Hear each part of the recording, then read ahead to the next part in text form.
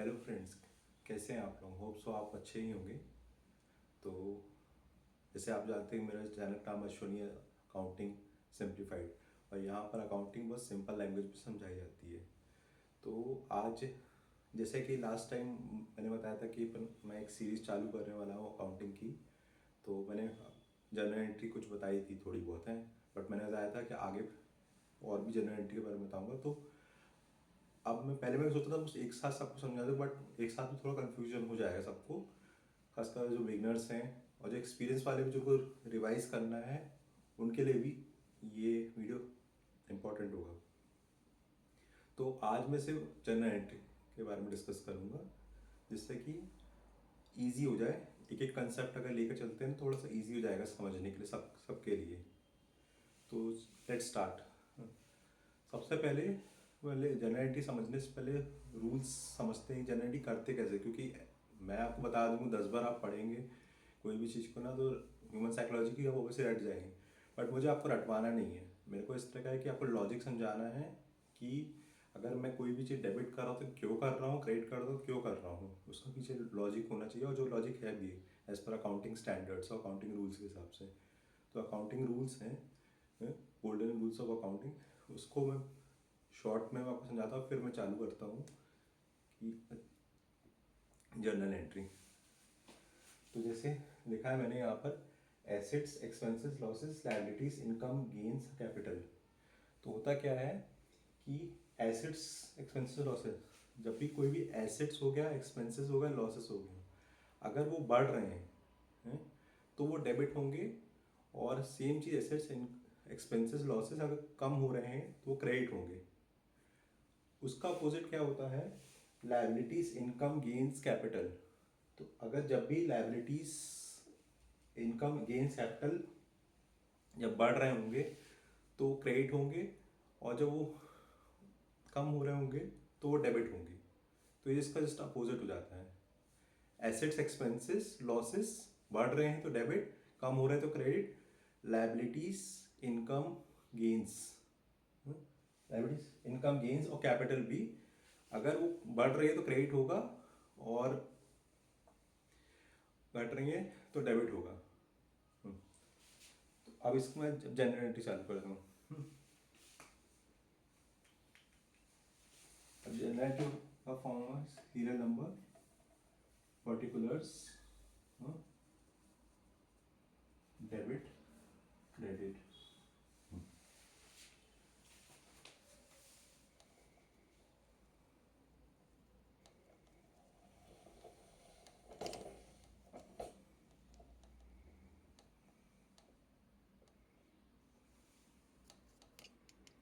Hope slow आप लोग दिख रहा होगा, जस्ट 1 सेकेंड।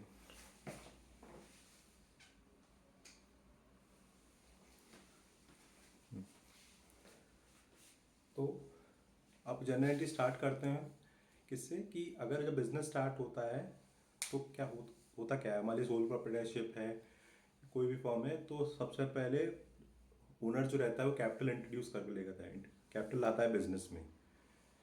तो उसकी एंट्री क्या होगी?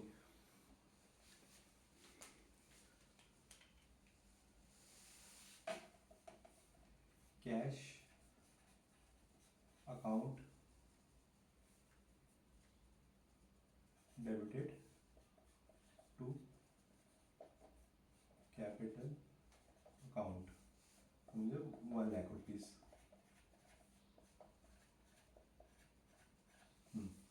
अब इसके पीछे लॉजिक क्या है? Cash account debited to capital account, simple है। वो क्या है? कैपिटल लेकर आया, कैपिटल मतलब पैसा लेकर आया कंपनी के अंदर है। तो अगर पैसा लेकर आया तो क्या हुआ? पैसा मतलब कैश या बैंक के थ्रू लेकर आया, कैश ऑब्लिक बैंक भी लिख सकते हैं। तो हुआ क्या कि कैश, जैसे मैंने बताया था, अगर एसेट्स है, एसेट जब बढ़ता है तो डेबिट होता है, एसेट्स है तो डेबिट हुआ 1 लाख रुपीज से। कैपिटल क्या हुआ? कैश बढ़ा, कैपिटल भी लेकर आया। कैपिटल, कैपिटल मतलब वो होता है जो पैसा ओनर लेकर आता है, वो भी लेकर आया, तो वो भी कंपनी बढ़ा ही। तो क्या है? कैपिटल जब बढ़ता है तो क्रेडिट होता है, एसेट बढ़ता तो डेबिट होता है, कैपिटल जब बढ़ता हो तो क्या होता है? क्रेडिट होता है। तो cash account debited to capital account. तो इसकी इसमें नरेशन लिख सकता है, being capital capital introduced by X Y Z person in business. तो ये नरेशन हो जाएगा। सेकेंड चीज़ है कि और किस टाइप के एक्सपेंसेस होते हैं। मान लीजिए रेंट पे कर रहा है बिल्डिंग का, रेंट ओनर जो है, तो उसकी अंदर एंट्री होगी rent account debited 50,000 rupees to cash oblique bank account 50,000 rupees. अब इसका क्या लॉजिक है, अब बोलते हैं रेंट रेंट पे कर रहा है। रेंट क्या है, एक्सपेंस है। रेंट मतलब किराया जो होता है, बिल्डिंग का रेंट होता है, 50,000 रुपये पे कर रहा है ओनर। तो रेंट क्या है, खर्चा है। खर्चा क्या है, एक्सपेंसेस। एक्सपेंसेस इंग्लिश में बोलते हैं। जब एक्सपेंसेस कहाँ बढ़ते हैं, डेबिट में बढ़ते हैं, अगर जब बढ़ रहे होते हैं। खर्चा बढ़ रहा है कंपनी का, तो रेंट तो क्या हुआ, डेबिट हुआ। किससे हो, कैश या बैंक से पैसा जा रहा है, क्योंकि हम कुछ रेंट पे कर रहे हैं, खर्चा को पे कर रहे हैं, तो उसमें कुछ ना कुछ पे कैश या बैंक ही जा रहा होगा ना कहीं से भी। कैश क्या, एसेट्स है। एसेट जब कम होता है तो क्या, क्रेडिट होता है। इसलिए रेंट अकाउंट डेबिटेड तो कैश अकाउंट। तो इसकी नरेशन होगा, being rent paid of ₹15,000 in cash oblique bank, जिससे भी पे करा है। और रेंट हो गया। और क्या किस तरह के बिजनेस में खर्चे होते हैं, सैलरीज पे कर रहे हैं, तो सैलरीज का होता है salaries account debited 1 lakh to bank, लिख लेते हैं बैंक अकाउंट 1 लाख। अब इसका लॉजिक क्या है, सैलरीज टू बैंक अकाउंट का। सैलरीज हमने पे करी एम्प्लॉयज़ को ना, तो फाइनल ये फाइनल एंट्रीज बता रहा हूँ। इसके होती तो इस तरह की entry, salaries to employees account to bank account. तो एम्प्लॉयज़ कट गया, तो सैलरीज टू बैंक अकाउंट की फाइनल एंट्री है। हुआ क्या है कि सैलरीज क्या है, खर्चा है। सैलरीज खर्चा है, खर्चे जब बढ़ते हैं तो डेबिट होते हैं। और बैंक क्या है, एसेट्स है ना। हमारे कंपनी से पैसा गया ना, अगर हमने कुछ किसी एम्प्लॉय को सैलरी दी तो हमारे अकाउंट से पैसा गया, तो पैसा कैश और बैंक्स, तो क्या ये एसेट्स है। और जब एसेट्स कम होता है तो क्या होता है, क्रेडिट होता है। तो salaries account debited to bank account, being salaries paid to employees through cash oblique bank. तो ये 3 एंट्री हो गई।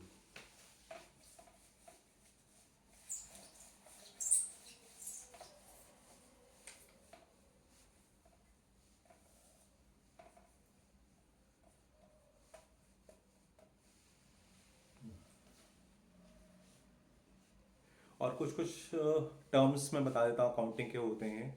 जैसे उसके बाद डिटेल में आगे वाले वीडियोस में और पढ़ेंगे। कुछ कुछ टर्म्स होते हैं, आउटस्टैंडिंग एक होता है, प्रीपेड होता है।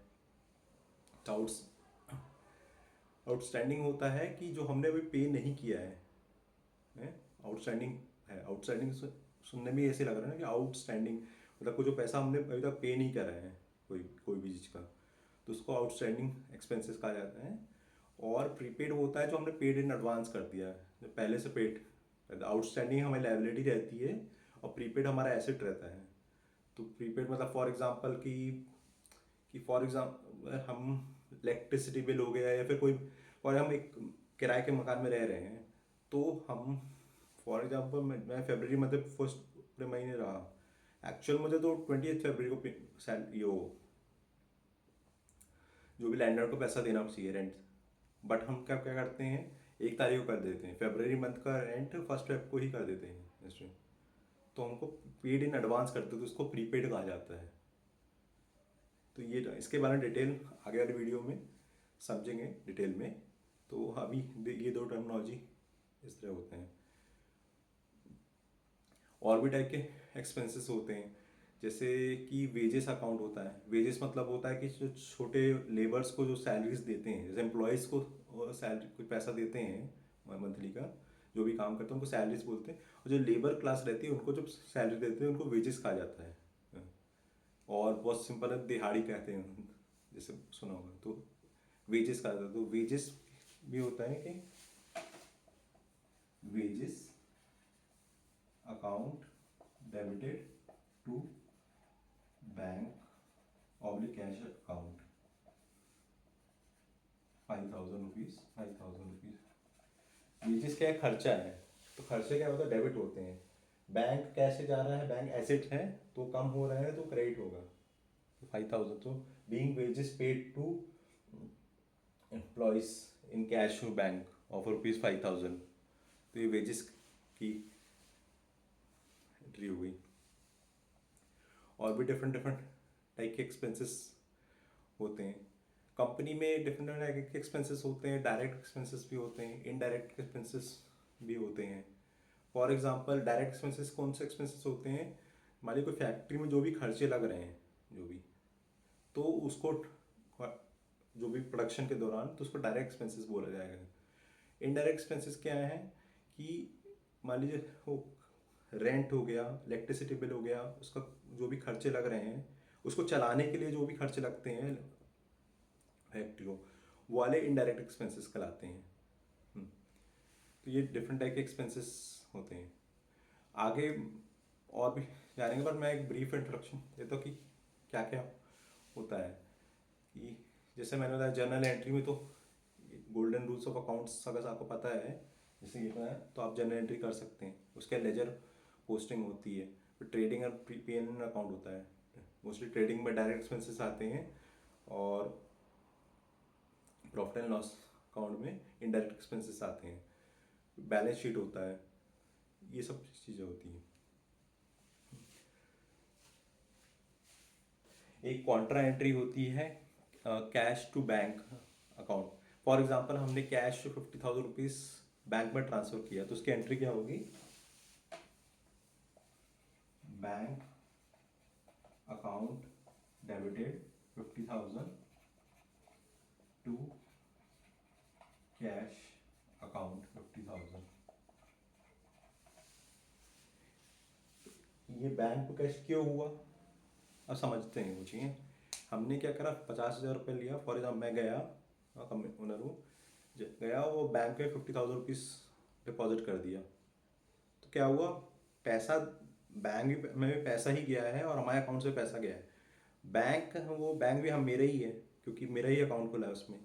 तो क्या वहाँ बैंक बढ़ गया, बैंक में पैसा बढ़ गया, बैंक बढ़ गया मेरा। तो बैंक बढ़ गया, तो बैंक क्या एसेट है, एसेट्स होता है डेबिटेड। और कैश मेरे मेरे पास से जो कैश रखा था ₹50,000 वो चला गया। कैश क्या, वो भी कैश भी एसेट है। तो एसेट जब कम होता है तो क्रेडिट होता है एक्चुअल में दोनों जगह मेरे ही पैसा बची, but every debit equals to credit होता है ना, डबल एंट्री सिस्टम जैसे लास्ट वीडियो में समझा था। ऐसे ही कैश पहले हमारे पास था, ज़्यादा था मुझे, तो वो अगर कैश इन हैंड अगर मैं बात करता तो ₹50,000 था उस समय। बट जब मैंने बैंक में जमा कर दिया तो मेरा बैंक बढ़ गया, तो बैंक एसेट है इसलिए बैंक डेबिट हो गया। कैश मेरे हाथ से, मेरे पास जो रखा था कैश एक्चुअल में मेरे पास घर में, वो तो चला गया ना, बैंक में मैं डिपॉजिट कर दिया तो मेरे 50,000 रुपये कम हो गया। इसलिए मैं bank account debit to cash account, क्योंकि एक एसेट बढ़ रहा है तो डेबिट हो रहा है, एसेट कम हो रहा है तो क्रेडिट हो रहा है, as per golden rules of accounting. तो ये इसकी एंट्री होगी।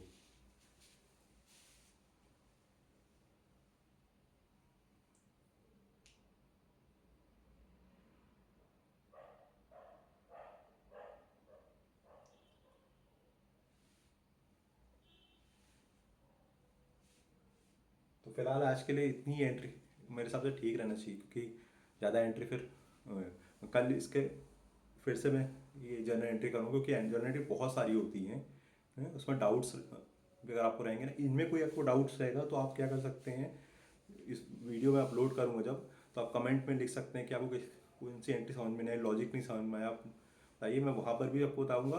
आपको नेक्स्ट वीडियो में भी आपको एक्सप्लेन करूँगा कि उसका लॉजिक क्या था, वो चीज़ सिंपल वो भी सिंपल लैंग्वेज में, ऐसा नहीं कि मैं बहुत कॉम्प्लिकेटेड लैंग्वेज, अगर मैं मेरी लैंग्वेज कॉम्प्लिकेटेड हो रही है तो भी आप कमेंट करिए और बताइए कि ये कॉम्प्लिकेटेड हो रही है, तो मैं उस चीज़ को और सिंपल, क्योंकि मेरे चैनल का मकसद ये है कि बहुत ईजी वे में समझाना हो, ना कि कॉम्प्लिकेटेड वे में।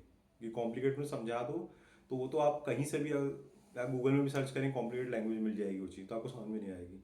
तो चैनल बनाने का मकसद ये है कि अगर 5 ईयर ओल्ड 10 ईयर ओल्ड भी देख रहा है बच्चा, कोई भी 15 छोटा बच्चा भी देख रहा है ना, तो उसको समझ में आना चाहिए बात क्या हो रही है यहाँ पर एक्चुअल में। तो आज के लिए फ़िलहाल इतना ही। So thank you so much today. So please like, share and subscribe my channel to get more informative videos like this. So thank you so much.